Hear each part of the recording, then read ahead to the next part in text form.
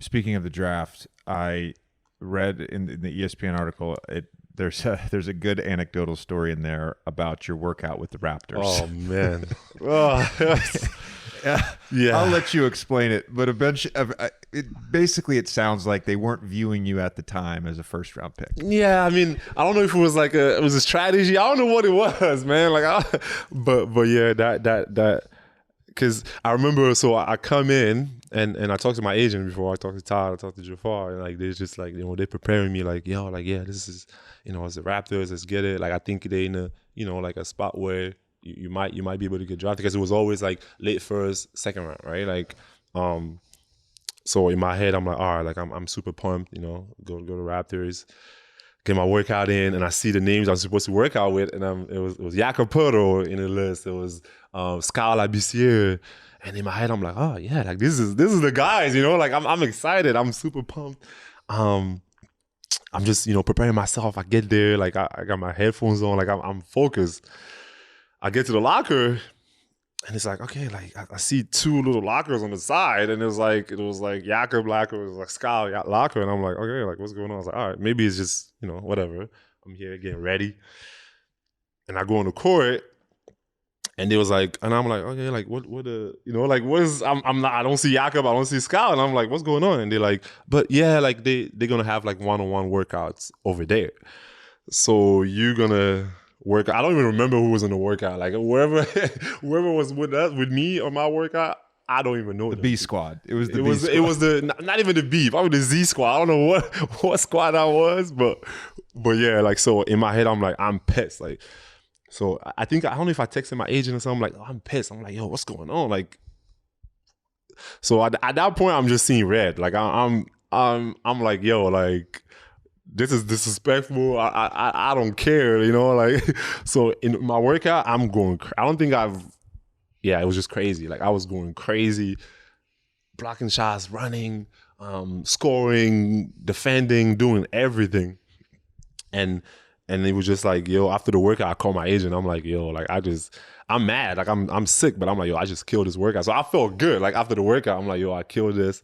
And I think yeah, they felt that way too. So it was good. Had you done a bunch of workouts before then? Yeah, I think I got like 20 workouts, probably like my whole pre-draft. Yeah, I work out for almost every team. Yeah, it's the guys who generally. I feel bad for the guys who are in that range. Just had to deal with says, angry. You're targeted in like the 25 to 35 range. So many it's people. Like, all right, well, I got to work out for everybody 15 through 30, and then all the teams that drafted first in the lottery get the early picks in the second round. So I got to work out. Yeah, so I worked out for literally almost every team, to be honest. I think a day before the draft, I had a workout or something. Like I think Orlando was my last workout, so I worked out there, and then I just stayed there to watch the draft because it was like literally like a day before the draft. Did you get a sense right after the workout with the Raptors that they were gonna, or that there was a good chance they were gonna pick you, or was it coming as a surprise on draft day? Yeah, it came as well because again, like I knew what I did, right? Like I'm thinking like, yo, this is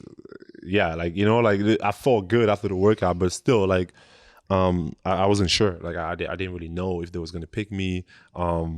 Just because again, like it was like my range was so like it was like, yo, you could either be 20 or you could not even get drafted. So it's like I didn't know. I didn't expect it.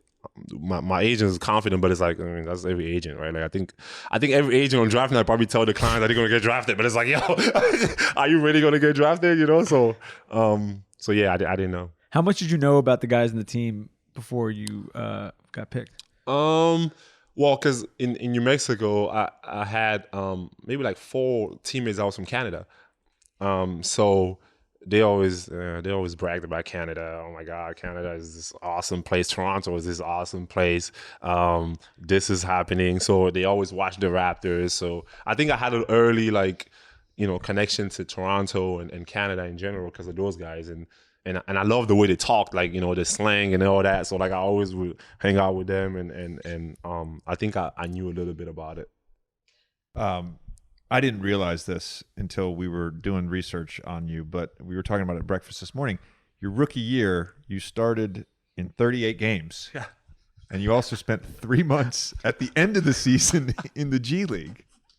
which is crazy. Oh my God, Like man. you started opening night. Yeah, I hate talking about this because No, well, I don't hate talking you about got the it. G League Finals But- MVP. yeah. You obviously did well, but Yeah, but I don't say I hate talking about it in terms of, I'm just saying like, yo, like I really started. Like my first game was a start. Like, you know what I mean? Like, so in my head, I'm thinking like, man, like this is awesome, man. Like my first NBA game that I've ever been in, like period. Like I never watched any NBA game before that. My first, it's a start. You know, we play in Detroit. I'm excited, man. Like this is the dream. And we started like, I think we were winning. So it's like, yo, we had an awesome record in the beginning of the year. So I'm thinking like, yo, I'm making this.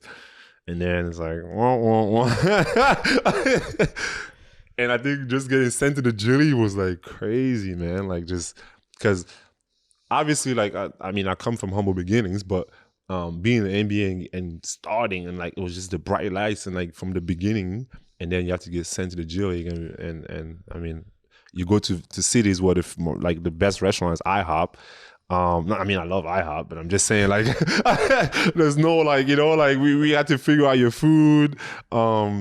You like you're the not bus. staying at the Four Seasons. Yeah, you're not staying at the you're not Four flying Seasons. by. Like, man, This is actually he got an insane taste. It's You got crazy. an insane taste, and then like backtrack. just like backtrack like 20 steps back. Like it was baseball, bad. I feel like baseball is really the only other sport where that happens. That's crazy. Where you have that, and then you have to go back and forth. and you just- Yeah, like it was because I had to, like, I'm starting, we winning games, like I'm super excited, like just the Raptors fans going crazy, and then you get sent to Julie for like I think I went there for like a whole month. I went at one point like a whole road trip they had for like 2 weeks, and it was like, oh my God, like this is how, like this is how they, like this is what's happening, like, you know what I mean? In my head, I'm like, yo, what's happening?